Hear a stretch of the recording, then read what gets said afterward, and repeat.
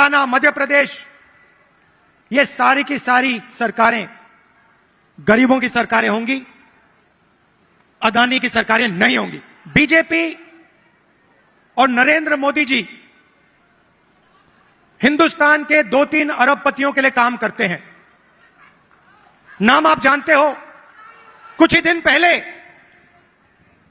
दुनिया के सबसे बड़े फाइनेंशियल अखबारों में अदानी जी के बारे में कहानी आई, आर्टिकल छपा।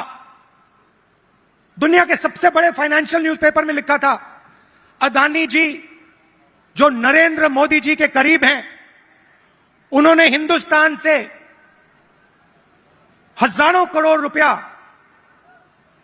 बाहर देशों में भेजा और उस पैसे से स्टॉक मार्केट में अपने शेयर्स का दाम बढ़ाया। सुना है अब रेलवे स्टेशन भी उनको दिए जाएंगे। पूरा का पूरा एक व्यक्ति के हवाले किया जा रहा है। और मैं साफ कहना चाहता हूं कि चाहे वो कर्नाटक की सरकार हो, छत्तीसगढ़ की हो, राजस्थान की हो, हिमाचल की हो, और जो अभी आने वाली है तेलंगाना, मध्य प्रदेश, ये सारी की सारी सरकारें गरीबों की सरकारें होंगी, अदानी की सरकारें नहीं होंगी। और प्रधानमंत्री को साफ कहना चाहिए, देश को बताना चाहिए और छत्तीसगढ़ के युवाओं को बताना चाहिए कि वो अदानी जी पर इंक्वायरी क्यों नहीं करवा रहे हैं। ऐसी क्या बात है कि नरेंद्र मोदी जी अदानी जी पर इंक्वायरी नहीं करा सकते हैं?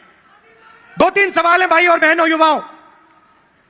ये जो हजारों करोड़ रुपए हिंदुस्तान से बाहर गया, ये पैसा किसका था? पहला सवाल, ये अदानी जी का पैसा नहीं था, ये किसी और का पैसा था। किसका पैसा था? ये पहला सवाल है। कुछ ही महीने पहले कर्नाटक में चुनाव हुआ। एक तरफ बीजेपी और उनकी विचारधारा, दूसरी तरफ कांग्रेस पार्टी, हमारी विचारधारा।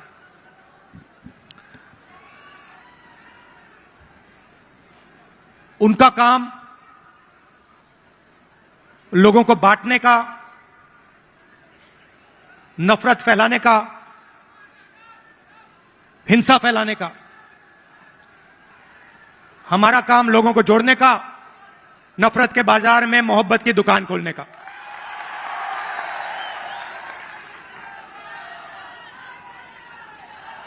और कर्नाटक में हमने कहा, जैसे पहले हमने छत्तीसगढ़ में वायदे किए थे,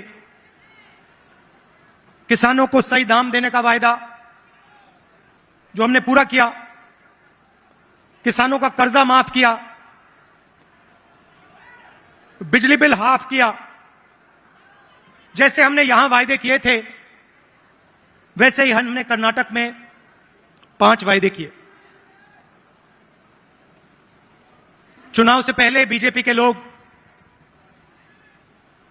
हर बार वो कोई ना कोई नंबर निकाल देते हैं। कोई कहता है 230 सीट आएंगी, कोई कहता है 250 सीट आएंगी। मगर कर्नाटक के हर गरीब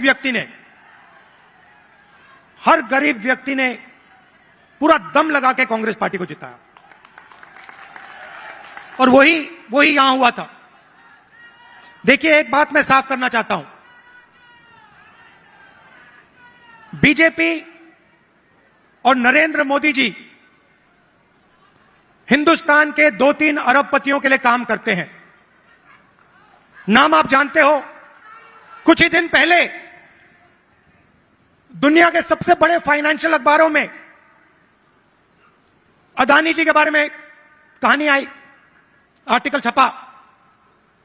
दुनिया के सबसे बड़े फाइनेंशियल न्यूज़पेपर में लिखा था, अदानी जी जो नरेंद्र मोदी जी के करीब हैं, उन्होंने हिंदुस्तान से हजारों करोड़ रुपया बाहर देशों में भेजा और उस पैसे से स्टॉक मार्केट में अपने शेयर्स का दाम बढ़ाया। और उस पैसे से अदानी जी, आपकी जो पूंजी है, आपका जो इंफ्रास्ट्रक्चर है, आपके जो एयरपोर्ट हैं, सुना है अब रेलवे स्टेशन भी उनको दिए जाएंगे।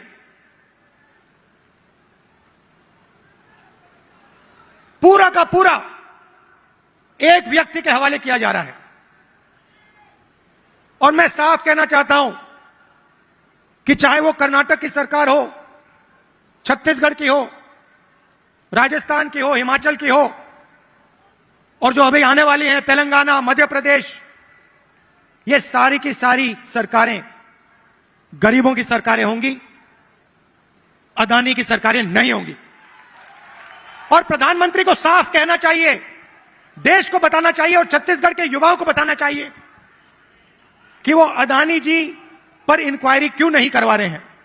ऐसी क्या बात है कि नरेंद्र मोदी जी अदानी जी पर इंक्वायरी नहीं करा सकते हैं?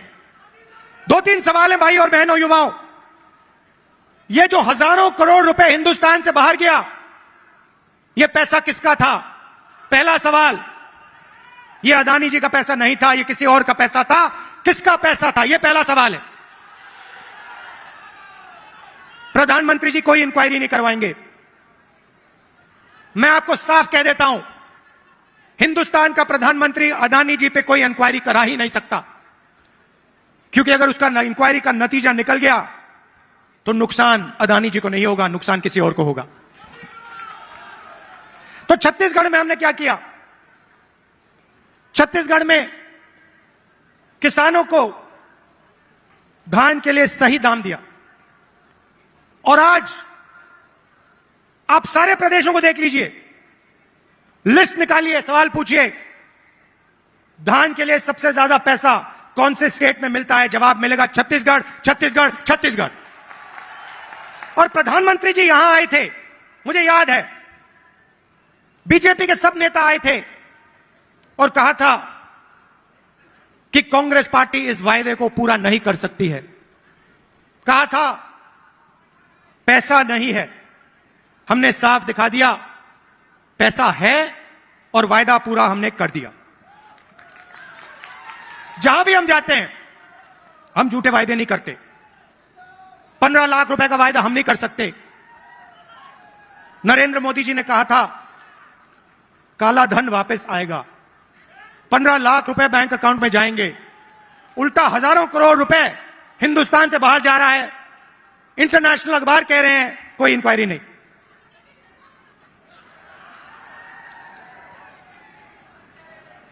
तो अब छत्तीसगढ़ के युवा जो हैं, आपकी बहुत बड़ी जिम्मेदारी है और हम चाहते हैं कि आप प्रदेश को चलाने में, राजनीति को चलाने में आगे आएं। आपको पीछे नहीं रहना चाहिए। आपकी जो नई जनरेशन है, भविष्य आपका है। आने वाले समय में छत्तीसगढ़ आपका है और आपको आगे बढ़ना पड़ेगा। और इसीलिए हमने राजीव युवा क्लब आपके लिए बनाए हैं। हर क्लब को 1 लाख रुपए, 3 लाख युवाओं को क्लब में हमने जोड़ा है। और यह ऐसे नहीं जोड़ा है, मैं आपको साफ बताना चाहता हूं। हमने इसलिए जोड़ा है कि आप इस प्रदेश को चलाने में, इस प्रदेश को चलाने में आप भाग लें। और हम आपके लिए राजनीति के दरवाजे खोलना चाहते हैं कि कुछ ही सालों में आपके बीच में से छत्तीसगढ़ के एमएलए, प्रधान, नेता चुन के आए। इसलिए हमने यह काम किया है। 2-3 चीजें मैं और कहना चाहता हूं। जो हमारे आदिवासी भाई हैं, आपके लिए हमने पैसा कानून लाया, आपकी जमीन की रक्षा की। मैं आपसे एक बात कहना चाहता हूं, हम आदिवासी शब्द का प्रयोग करते हैं। आदिवासी का मतलब जो हिंदुस्तान के ओरिजिनल मालिक हैं। आदिवासी का मतलब इस देश की जो जमीन है, जो धरती है उसके सबसे पहले आप मालिक थे। मतलब आपकी जमीन पर, जंगल पर, जल पर आपका हक बनता है। बीजेपी ने एक नया शब्द निकाला है, वनवासी। इस शब्द का बिल्कुल दूसरा मतलब है। हम चाहते हैं कि आदिवासी युवा जो भी सपना देखना चाहें, देखें और उस सपने को पूरा करें। डॉक्टर बनना है, इंजीनियर बनना है, बिजनेस चालू करना है, लॉयर बनना है, जज बनना है, मैन्युफैक्चरिंग यूनिट शुरू करना है, सब चीजों में आपको शामिल होना चाहिए। वो चाहते हैं कि आप जंगल में ही रहें, आप जंगल के बाहर ना आए। शब्द के पीछे सोच है भाई और बहनों। उनका कहना है कि आप पहले हिंदुस्तान के मालिक नहीं थे, आप जंगल में रहते थे और आपको जंगल में रहना चाहिए। हम कहते नहीं, जंगल का हक, जमीन का हक, जल का हक आपको मिलना चाहिए, मगर जो भी आप सपना देखना चाहते हो, जहां भी आप जाना चाहते हो, वो सपना आपके लिए पूरा होना चाहिए। यह फर्क है विचारधारा में।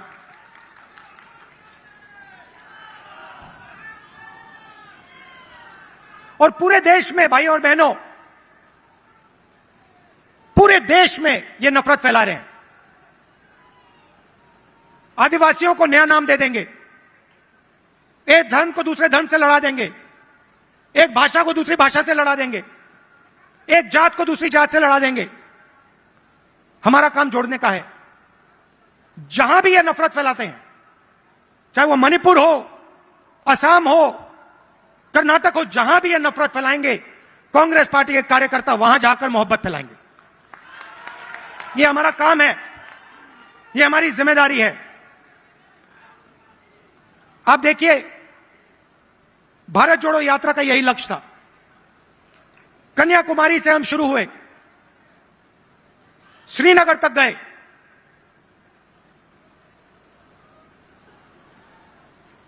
मीडिया में इन्होंने, बीजेपी के लोगों ने हर रोज ये कुछ ना कुछ उल्टा सीधा बोलते हैं, नफरत फैलाते हैं। भारत जोड़ो यात्रा ने पूरे हिंदुस्तान को जोड़ने का काम किया। हर धर्म को, हर जात को, हर भाषा को हमने याद दिलाया कि आप सबसे पहले हिंदुस्तानी हो और आप सबको एक साथ मिलकर मोहब्बत के साथ, इज्जत के साथ रहना है। यह यात्रा का मैसेज था और यह बहुत गहरा मैसेज था, नया मैसेज नहीं था, बहुत पुराना मैसेज है। सदियों से यहां पे छत्तीसगढ़ में और बाकी प्रदेशों में लोगों ने यह मैसेज दिया है और यही कांग्रेस पार्टी का और हिंदुस्तान का डीएनए है। हम जोड़ते हैं, वो नफरत फैलाते हैं। हम किसानों के लिए, मजदूरों के लिए, छोटे व्यापारियों के लिए काम करते हैं, वो 2-3 अरबपतियों के लिए काम करते हैं। कुछ साल पहले मैंने बघेल जी से एक बात कही। मैंने कहा, जहां भी मैं जाता हूं, मैं युवाओं से पूछता हूं, आपके सामने सबसे बड़ी मुश्किल क्या है? बीजेपी ने जो हिंदुस्तान की रीढ़ की हड्डी है, आर्थिक रीढ़ की हड्डी है, उसको तोड़ दिया है। जो छोटे व्यापारी थे, जीएसटी और नोटबंदी ने उनको खत्म कर दिया, जानबूझ के खत्म किया। और जब भी मैं इनसे पूछता हूं, आपके सामने सबसे बड़ी मुश्किल क्या है, कहते हैं बेरोजगारी। और मैंने छत्तीसगढ़ के चीफ मिनिस्टर से कहा, देखिए, छत्तीसगढ़ में अलग अलग स्किल्स हैं, हर डिस्ट्रिक्ट में आप कुछ ना कुछ बनाते हो, मगर जो छोटे बिजनेस वाले होते हैं, उनको बैंक का पैसा नहीं मिलता, उनको मीडिया का सपोर्ट नहीं मिलता, और मैंने छत्तीसगढ़ के चीफ मिनिस्टर बघेल जी से कहा कि आपका फोकस इन छोटे व्यापारियों पे होना चाहिए, छोटे बिजनेस वालों पर होना चाहिए, बैंक के दरवाजे उनके लिए खोलने चाहिए, और मार्केटिंग हो तो इनके लिए हो। और खुशी से मैं कहता हूं कि बघेल जी ने इस पे काम शुरू कर दिया है, और इससे आने वाले समय में लाखों युवाओं को फायदा मिलेगा, हजारों नए बिजनेस खुलेंगे और लाखों युवाओं को रोजगार मिलेगा। देखिए, आपको सिर्फ छत्तीसगढ़ की नहीं सोचनी है। छत्तीसगढ़ हिंदुस्तान का सेंटर है।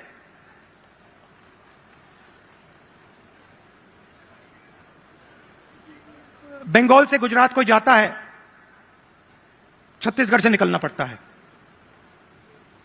आप सेंटर लाइन पे हो और आपको देश का लॉजिस्टिकल सेंटर बनना चाहिए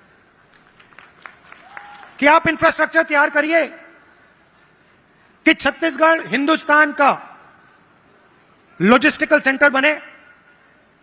जो भी माल बंगाल से गुजरात बाकी प्रदेशों में जाए वो यहां प्रोसेस हो, यहां से निकले एयरपोर्ट से।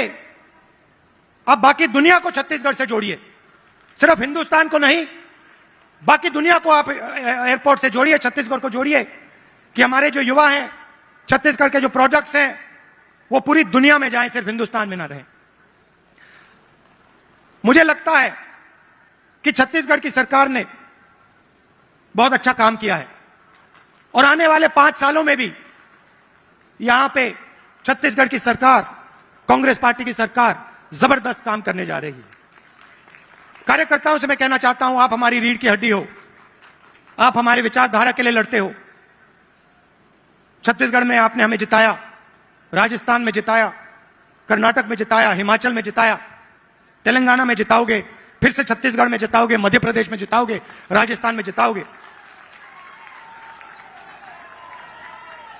हमारी बघेल जी, हमारी सरकार को हमारे कार्यकर्ता की रक्षा करनी चाहिए, करती है, मगर और डट के जो हमारा कार्यकर्ता है उसे लगना चाहिए कि मैं कांग्रेस पार्टी का कार्यकर्ता हूं, मैं कांग्रेस पार्टी की विचारधारा के लिए लड़ता हूं और मरता हूं। देश को आपकी जरूरत है। नफरत से देश आगे नहीं जा सकता है, हिंसा से देश आगे नहीं जा सकता है, अर्थव्यवस्था नहीं बढ़ सकती है। मोहब्बत से, इज्जत से काम किया जाता है, और अगर देश को जोड़ा जाता है, सबको एक साथ लाया जाता है, तो देश तेजी से प्रगति करता है। आप सब यहां आए, इतने प्यार से आपने मेरी बात सुनी, इसके लिए आप सबको दिल से धन्यवाद। और जो युवा हैं जो अब इन क्लब्स में शामिल होंगे, आप याद रखिए, छत्तीसगढ़ का भविष्य आपका है, आपकी बड़ी जिम्मेदारी है। आपको राजनीति में आना है और आपको छत्तीसगढ़ को भविष्य में चलाना है। बहुत बहुत धन्यवाद। जय हिंद।